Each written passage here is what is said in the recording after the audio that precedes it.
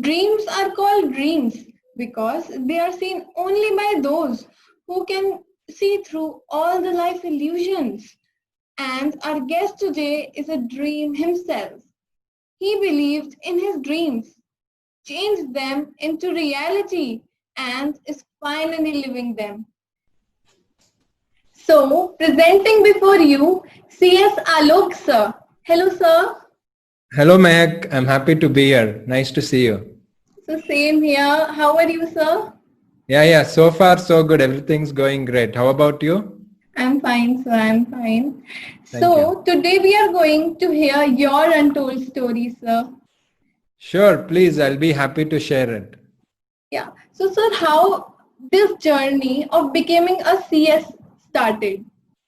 So I have to go back all the way to plus two. So when I was in plus two also, I was not very sure of what I wanted to do after plus two.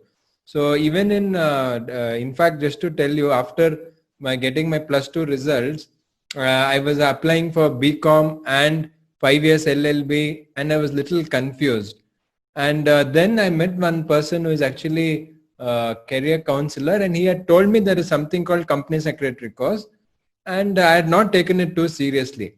Then what I did is I joined my 5 years LLB in Bangalore, that is LLB 5 year course, and the college was such that the afternoon we used to have free time, and the college used to get over in the first year. So even in plus two and school, we used to be busy full day, but once we come to college, there was a lot of free time. So that time I remembered there is something called CS, and then my parents also were a little worried that he's becoming so free in just after first year degree itself is like this.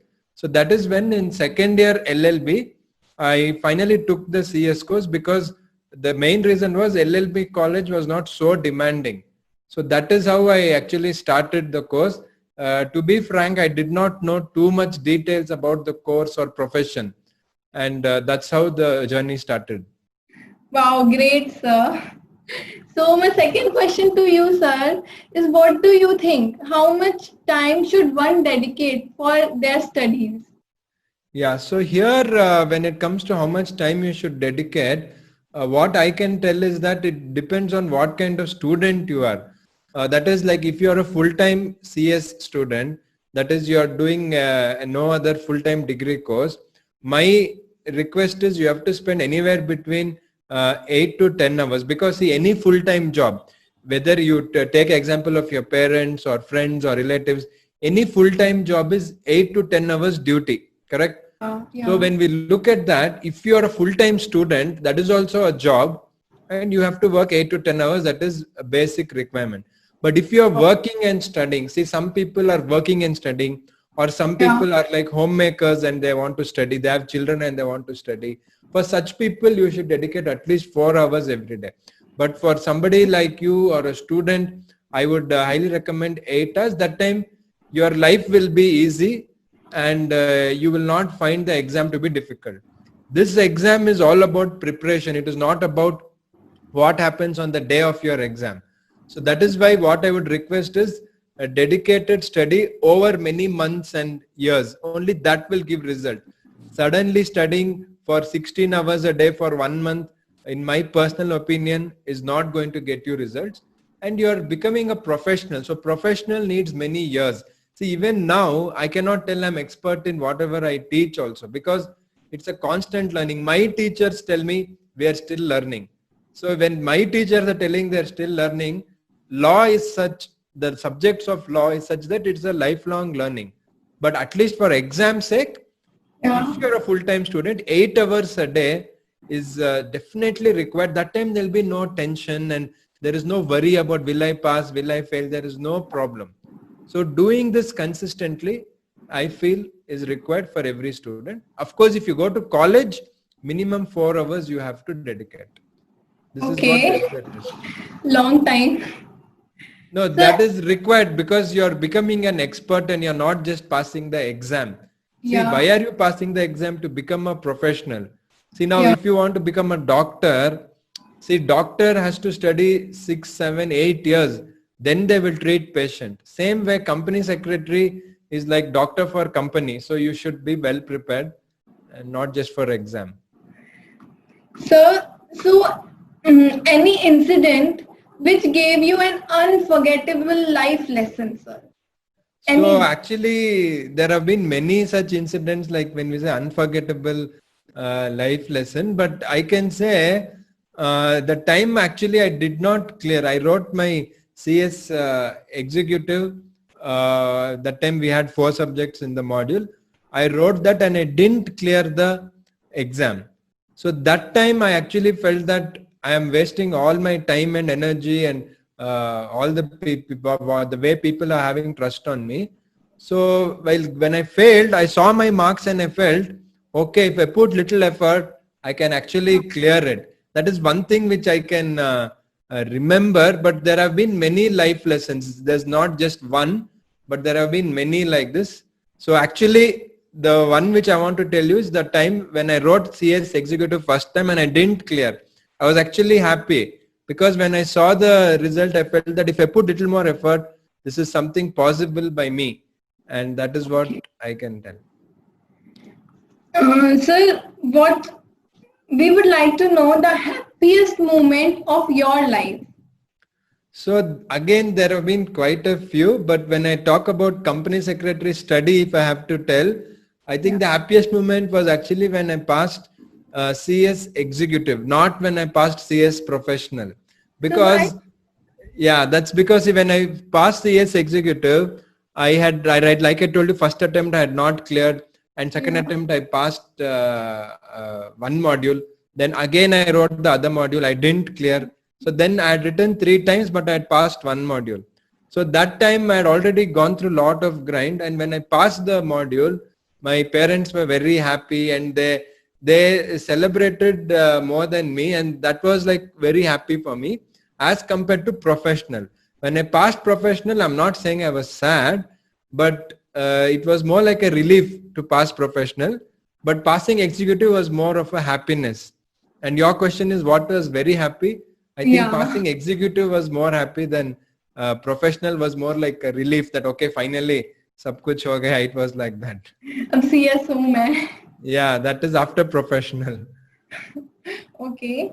So, what is the most important thing a student must possess for clearing this CS course? Yeah, I think here I'll see the general answer. Everybody will say you should work hard and all that. That is true.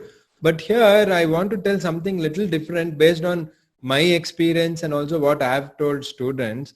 See, the first thing here is you should understand about the course and about the profession. That means you should understand this is not like regular BCom or regular MBA or some course like that. This is a course where you're becoming an expert. You are becoming equal to what is doctor in science, how you have heart surgeon, neurosurgeon. You are becoming that in corporate law. You are not again a regular lawyer. A regular lawyer will study all the laws, and when they start working, they will specialize. But company secretary course, you are specializing from the day you are studying, whether you are CS, EET, CS Foundation, CS Executive. Already it's a specialized course of corporate law. So my thing is, first when you know that this is the course, that time you will have a little more patience. So now I know I'm not like very old, but I'm feeling I have to say this generation does not have patience. But that is the situation which has come, where even though I'm not much older to most of my students, I have to say there is no patience. So my request or my suggestion that every student should have is patience, because you are becoming an expert on corporate law. And to become expert in anything, whether it is sports, whether it is subject, anything, even if you want to become expert in dance or music, it takes time. Yeah. Now, it takes time. It takes anywhere between 3 to 5 years. It takes time.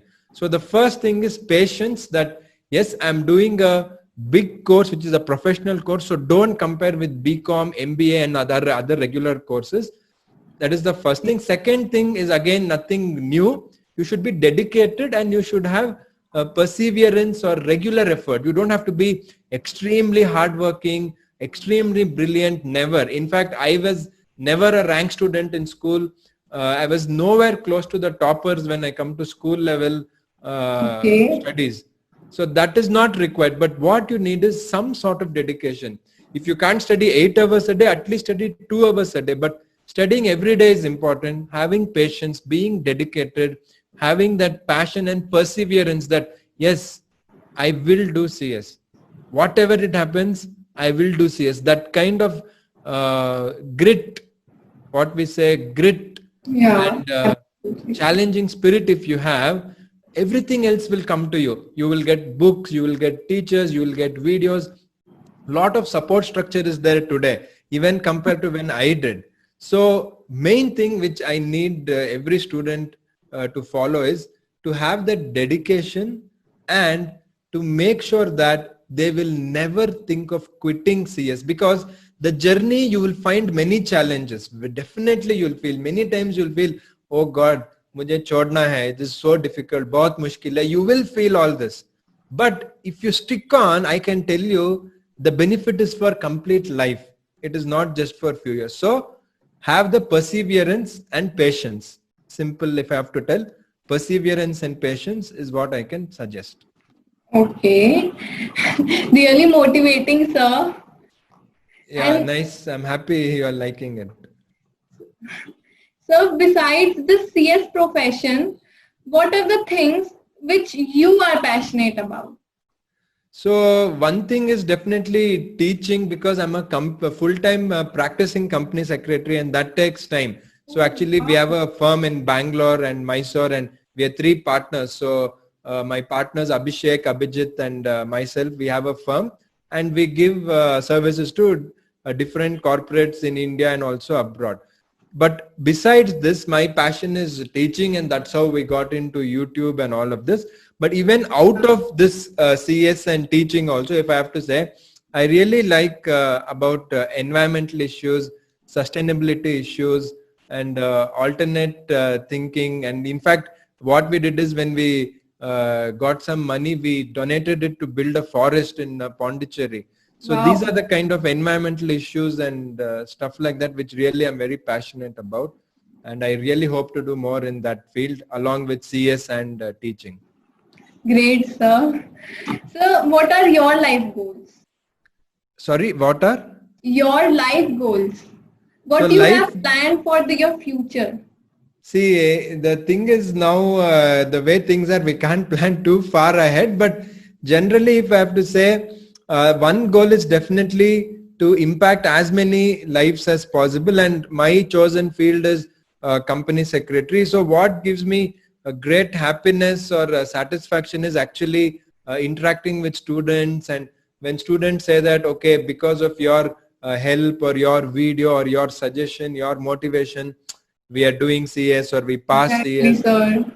So that is for me more satisfying than the money and other thing we get in CS practice. So CS practice is where that's my breadwinner, or that is my work.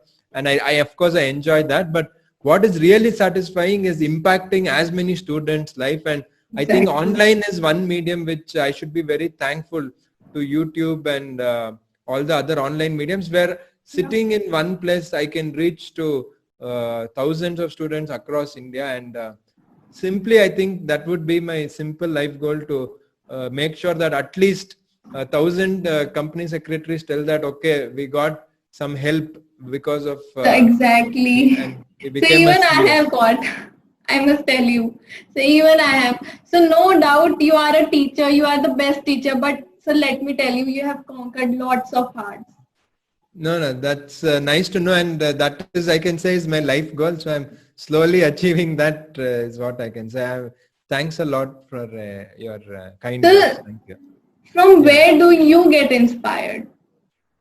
So here again, there's no one or two places. It is different people, some books, and in fact, I should say many of my students. So I can give you 2, 3 examples where students from very difficult backgrounds. So difficult means not just money related difficult background, and how they came out of that situation, and how they are becoming company secretaries and working. That is one thing. Definitely, I never expected that students will inspire me. Many students tell, sir, whatever you speak is motivational. We are happy whenever we feel down. we look at your videos and all. But I'll tell you, see, we are also human being. Many times when we feel demotivated, many times we feel that why we are putting so much effort and some things are not going as per plan. All this happens to us. And you will not believe, more often than not, speaking to students and listening to their stories has inspired me and motivated me to keep doing what we do and not get derailed. Apart from that, there are a lot of people and lot of books which have inspired. So there's no one or two things to point out, I can say. Okay. So it's time for the rapid fire round. Okay, so everybody's doing the coffee with current thing, is it? Okay. So kind of same thing. Sure. So sir, I will give you one word. Okay. And you need to tell us the first personality which comes into your mind after hearing it. Okay, let's try. Okay. Okay, sir. So its first word is passion. Passion. So here actually I would like to tell my teacher. He's not very famous. Not everybody may know. His name is M.R. Srinivasan. Unfortunately, he's no more.